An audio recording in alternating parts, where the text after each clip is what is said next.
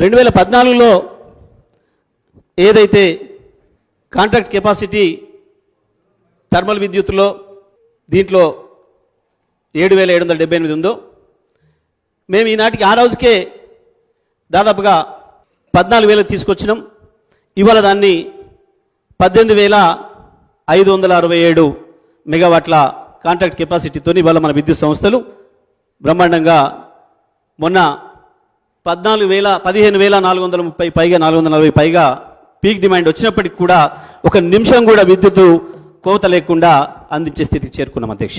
దీనికి మేము ట్రాన్స్కోలో మేము చేసిన ఆస్తుల డెవలప్మెంటు 2014 నాటికి ఉన్న 400 kV సబ్స్టేషన్లు 6 అధ్యక్ష. ఈరోజు 25 అయిన అధ్యక్ష. 19 400 kV సబ్స్టేషన్లు పెంచినాం అధ్యక్ష. అదేవిధంగా 220 kV సబ్స్టేషన్లు 51 ఉంటే ఆ రోజు ఇవాళ 103 చేసాం అధ్యక్ష. 52 పెంచినాం అధ్యక్ష. 400 kV 6 నుంచి 25 అంటే 19 పెంచినాం, 300% పెంచినాం. 220 kV 51 నుంచి 103 అంటే 52 పెంచినాం, 100% పెంచినాం అధ్యక్ష. 133 kV సబ్స్టేషన్లు 176 నుంచి 250 చేసినాం అధ్యక్ష. 74 పెంచినాం అధ్యక్ష. మొత్తం టోటల్ ఈహెచ్డి సబ్స్టేషన్లు 233 నుంచి 378 చేసినాం అధ్యక్ష. అదేవిధంగా ఈహెచ్డి లైన్లు 16,379 సర్క్యూట్ కిలోమీటర్స్ ఉంటే ఇవాళ 27,986 అంటే 11,607 సర్క్యూట్ కిలోమీటర్స్ లైన్స్ను మేము కొత్తగా అభివృద్ధి చేసినాం అధ్యక్ష.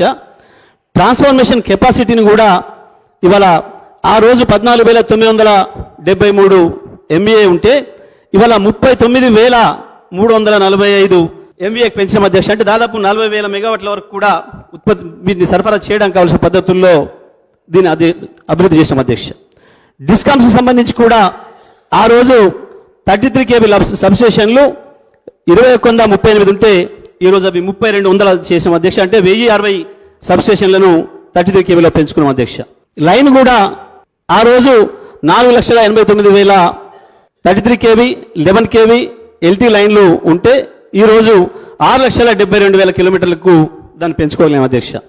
అదేవిధంగా పీటీఆర్లు ఆ రోజు 3,272 ఉంటే ఇవాళ 5,672 అంటే దాదాపు 2,400 పీటీఆర్లు కూడా పెంచాం అధ్యక్ష.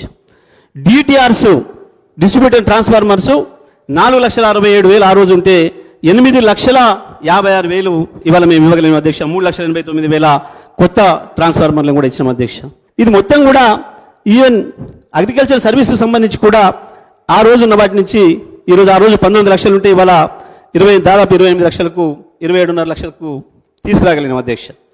ఈ రకంగా మేము తీసుకొచ్చిన ఇన్వెస్ట్మెంట్ ఏదైతే ఉందో దాన్ని ట్రాన్స్మిషన్ డిస్ట్రిబ్యూషన్ సిస్టమ్స్ను డెవలప్ చేసుకోవడానికి, ఎందుకంటే అధ్యక్ష ఎండు రిజల్ట్ కావాలంటే ఎండు పాయింట్ విద్యుత్ చేరాలంటే జనరేషన్ ఏదైతే చేస్తారో జనరేటింగ్ స్టేషన్లో ఉత్పత్తి అయ్యేది కేవలం స్విచ్ వైడ్ వరకు వస్తుంది అధ్యక్ష.